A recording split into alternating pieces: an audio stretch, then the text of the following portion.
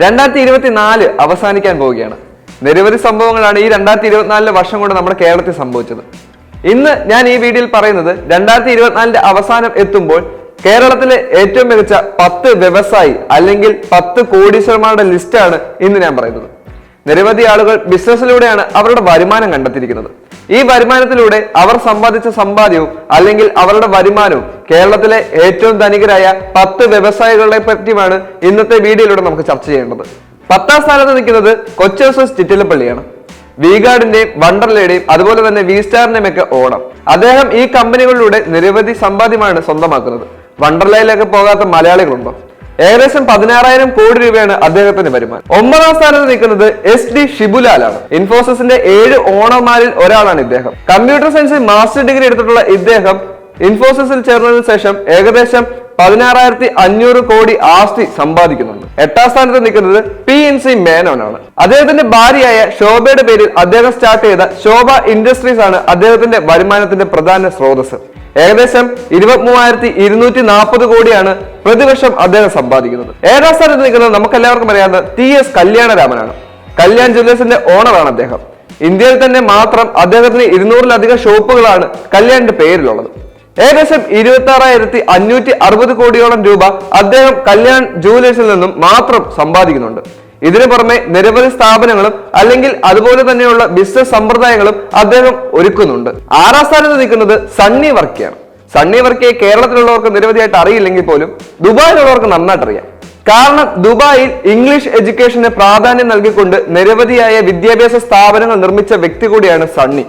2000-ലാണ് അദ്ദേഹം ദുബായിൽ global education management system എന്ന് പറയുന്ന ഒരു വിദ്യാഭ്യാസ സമ്പ്രദായം, അതായത് ജെംസ് കൊണ്ടുവരുന്നത്. ഇന്ന് ദുബായിൽ മാത്രമല്ല ലോകത്ത് എമ്പാടും ജെംസിന്റെ നിരവധി സ്ഥാപനങ്ങളും അല്ലെങ്കിൽ ജെംസിന്റെ നിരവധിയായ പദ്ധതികൾ ഇംപ്ലിമെന്റ് ചെയ്തിട്ടുണ്ട്. അതുകൊണ്ട് തന്നെ ഏകദേശം 27,390 കോടി രൂപയോളം അദ്ദേഹം ജെംസിന്റെ പേരിൽ മാത്രം സമ്പാദിക്കുന്നുണ്ട്. കേരളത്തിൽ ജനിച്ച് കേരളത്തിലും ആ വിദ്യാഭ്യാസ സമ്പ്രദായം കൊണ്ടുവന്നത് കൊണ്ട് തന്നെ അദ്ദേഹം കേരളത്തിൽ ഉൾപ്പെടുന്ന ഒരു കോടീശ്വരൻ തന്നെയാണ്. അതുകൊണ്ട് തന്നെയാണ് അദ്ദേഹം 6ാം സ്ഥാനം അലങ്കരിക്കുന്നത്. 5ാം സ്ഥാനത്ത് നിൽക്കുന്നത് രവി പിള്ളയാണ്. RG ഗ്രൂപ്പ് എന്ന് പറയുന്ന കേരളത്തിനെ ഞെട്ടിക്കുന്ന സ്ഥാപനമാണ് രവി പിള്ളയുടെ സ്വന്തമായിട്ടുള്ളത്. അവിടെ നിന്ന് മാത്രം അദ്ദേഹം 27,390 കോടിയോളം രൂപ സമ്പാദിക്കുന്നുണ്ട്. 4ാം സ്ഥാനത്ത് ഷംസീർ വയലിലാണ്.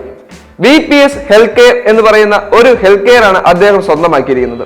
ആരോഗ്യരംഗത്ത് നിരവധി അപ്ഡേഷനുകൾ കൊണ്ടുവരാൻ അദ്ദേഹത്തിന് സാധിക്കുന്നുണ്ട്. ഇന്ത്യയിലും ദുബായിലുമായിട്ടും നിരവധിയാണ് ഹെൽത്ത് കെയറുകളാണ് അദ്ദേഹം സ്ഥാപിച്ചിട്ടുള്ളത്. ഏകദേശം 29,000 കോടി രൂപയാണ് അദ്ദേഹത്തിന്റെ പ്രതിവർഷ വരുമാനം. 3ാം സ്ഥാനത്ത് നിൽക്കുന്നത് ക്രിസ് ഗോപാലകൃഷ്ണനാണ്. നേരത്തെ പറഞ്ഞതുപോലെ തന്നെ ഇൻഫോസിസിന്റെ 7 ഓണർമാരിൽ ഒരു ഓണർ ഇദ്ദേഹമാണ്. മാത്രമല്ല എക്സിക്യൂട്ടീവ് വൈസ് ചെയർമാൻ കൂടിയാണ് ഇദ്ദേഹം. ഇദ്ദേഹം മദ്രാസ് ക്രിസ്ത്യൻ കോളേജിൽ നിന്നുമാണ് ഡിഗ്രി കഴിഞ്ഞത്. അതിനുശേഷം ഇൻഫോസിസ് സ്ഥാപിക്കാൻ കൂടെ നിൽക്കുകയും ചെയ്തു. ഇൻഫോസിസ് തുടങ്ങുന്ന സമയം തൊട്ട് ഇൻഫോസിസിന്റെ കൂടെ നിൽക്കുന്ന വ്യക്തിയായിരുന്നു ഇദ്ദേഹം. അതുകൊണ്ട് തന്നെ എക്സിക്യൂട്ടീവ് വൈസ് ചെയർമാൻ പദവിയിലും ഇദ്ദേഹം അലങ്കരിക്കുന്നുണ്ട്. ഏകദേശം 29,000 കോടി രൂപയാണ് ഇപ്പോൾ ഇദ്ദേഹത്തിന്റെ വരുമാനം എന്ന് പറയുന്നത്. ഇത് മാത്രമല്ലാതെ അദ്ദേഹത്തിന് നിരവധി മറ്റ് ബിസിനസ്സുകളും ഉണ്ടെന്നാണ് പറയപ്പെടുന്നത്. 2ാം സ്ഥാനം നിൽക്കുന്നത് നമുക്ക് എല്ലാവർക്കും അറിയാവുന്ന ജോയ് ആലുക്കാസ് ആണ്. അബുദാബിയിലും ദുബായിലുമായിട്ട് അദ്ദേഹത്തിന് നിരവധി ബിസിനസ് സ്ഥാപനങ്ങളുണ്ട്. മെയിനായിട്ടും ജോയ് ആലുക്കാസ് ആണ് അദ്ദേഹത്തിന്റെ പ്രധാന വരുമാനം. കോട്ടയത്തും അദ്ദേഹം സ്ഥാപനങ്ങൾ നടത്തിയിരുന്നു. ഇന്ന് 11 രാജ്യങ്ങളിലായി ഏകദേശം 500-ൽ പരം ബിസിനസ് സ്ഥാപനങ്ങൾ ജോയ് ആലുക്കാസിന് സ്വന്തമായിട്ടുണ്ട്. അതുകൊണ്ട് തന്നെ അദ്ദേഹത്തിന് ഏകദേശം 34,000 കോടി രൂപയുടെ ആസ്തി പ്രതിവർഷം കിട്ടുന്നുണ്ട് എന്നാണ് പറയുന്നത്. കേരളത്തിലെ അതിസമ്പന്നന്റെ ലിസ്റ്റിൽ 1ാം സ്ഥാനത്ത് തന്നെ നമ്മുടെ MA യൂസഫ് അലി ഉണ്ട്. MA യൂസഫ് അലിയുടെ ആസ്തി എല്ലാവർക്കും അറിയാമോ എന്ന് എനിക്കറിയില്ല. എന്നാൽ പോലും ഏകദേശം ഇവരുടെ എല്ലാം ഇരട്ടി തുക അദ്ദേഹത്തിനുണ്ട്. ഏകദേശം 63,000 കോടി രൂപയാണ് അദ്ദേഹത്തിന്റെ പ്രതിവർഷമുള്ള വരുമാനം. അതുകൊണ്ട് തന്നെ അദ്ദേഹമാണ് കേരളത്തിലെ ഏറ്റവും അതിസമ്പന്നൻ എന്ന് പറയപ്പെടുന്നത്. ബിസിനസ് രാജാക്കന്മാരുടെ ഇടയിൽ മുൻപന്തി നിൽക്കുന്ന രാജാവായിട്ട് നിലനിൽക്കുകയാണ് MA യൂസഫ് അലി. ഇവരെല്ലാമാണ് കേരളത്തിലെ അതിസമ്പന്നരായ 10 പേർ. ഇവരുടെ ബിസിനസ് സാമ്രാജ്യങ്ങളാണ് ഇവരെ ഈ ഒരു സ്ഥാനപ്പട്ടികയിൽ എത്തിയിരിക്കുന്നത്.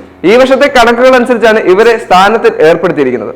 എന്തൊക്കെയാണെങ്കിലും വരും വർഷങ്ങളിലും ഇവർ ഈ സ്ഥാനം പിന്തുടരുമോ അതോ ആർക്കൊക്കെ ഈ ബിസിനസ് ഇനിയും ഇങ്ങനെ മുമ്പോട്ട് കൊണ്ടുപോകാൻ പറ്റുമോ എന്നൊക്കെ അടുത്ത വർഷം കാണാം.